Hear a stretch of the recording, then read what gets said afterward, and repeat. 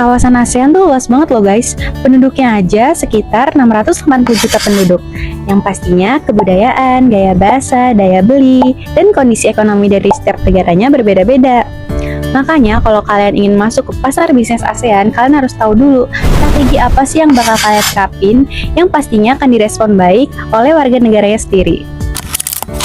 Intinya, kalian harus tahu dulu siapa target pasar atau konsumen utamanya. Dari cara mereka berbelanja, gaya hidup, dan juga yang paling penting unsur kebudayaannya. Karena hal kecil kayak salah simbol atau warna sedikit pun itu bakal memicu permasalahan di negara tersebut. Tapi dengan adanya keanekaragaman ini akan membuka peluang bagi pemerintah untuk melakukan investasi dan kerjasama antar negara-negara di wilayah ASEAN.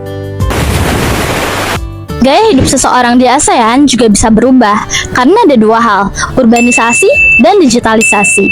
Banyak orang pindah ke kota dan ini bikin pola hidup jadi lebih praktis, modern, dan konsumtif.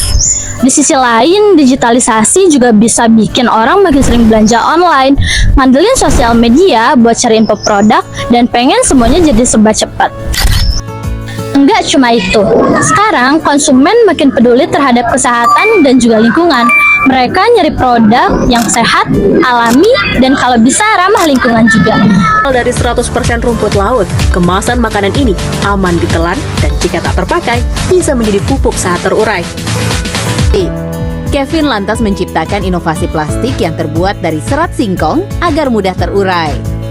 Jadi, kalau bisnis mau masuk pasar ini, harus bisa menyesuaikan konsumen zaman sekarang, kasih pengalaman belanja yang bagus, relevan, dan menyesuaikan konsumen zaman sekarang.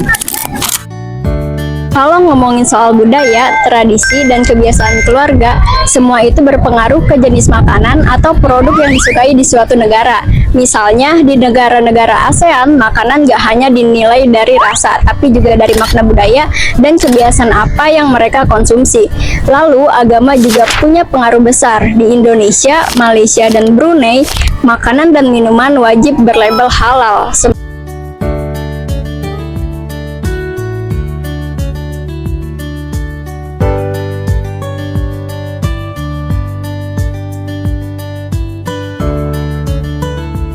Sementara di Thailand dan Vietnam, orang-orang lebih menyukai makanan berbasis sayuran.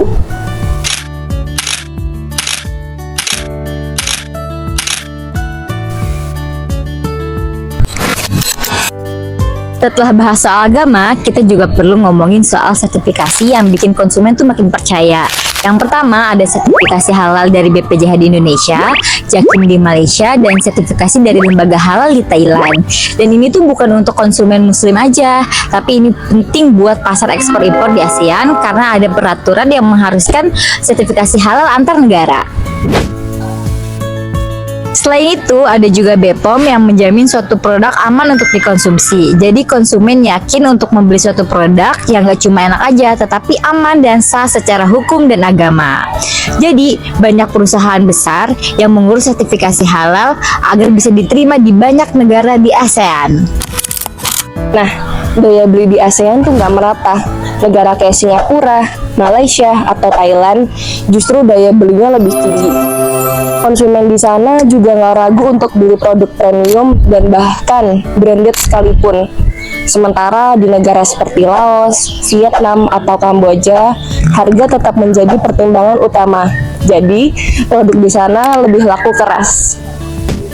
Sebagai contoh, dalam negara Thailand, makanan sehat ini makin booming, apalagi minuman tanpa alkohol yang semakin naik daun, dikarenakan banyaknya warga negara Thailand yang sudah sadar akan kesehatan mereka. Sementara di Indonesia, lifestyle halal ini semakin kuat.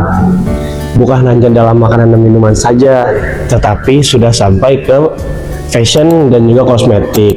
Banyaknya konsumen muda yang memperhatikan apakah ada logo halal sebelum membeli barang apapun. Dengan kemajuan teknologi, hal ini sangat mudah diakses, bisa menggunakan aplikasi ataupun platform digital lainnya. Hal ini juga yang menyebabkan preferensi konsumen antar negara ini berubah semakin cepat. Intinya, preferensi konsumen ASEAN terbentuk karena ada perpaduan budaya, agama, gaya hidup, dan daya beli. Semua faktor ini saling mempengaruhi dan penting buat dipahami, apalagi bagi bisnis yang mau memperluas pasarnya ke negara-negara ASEAN. Baik pemahaman terhadap pola pikir dan selera konsumen lintas negara, semakin besar peluang sukses di pasar ASEAN yang kompetitif. Sekian dari kelompok kami. Apabila ada salah katanya mohon maaf. Terima Terima kasih.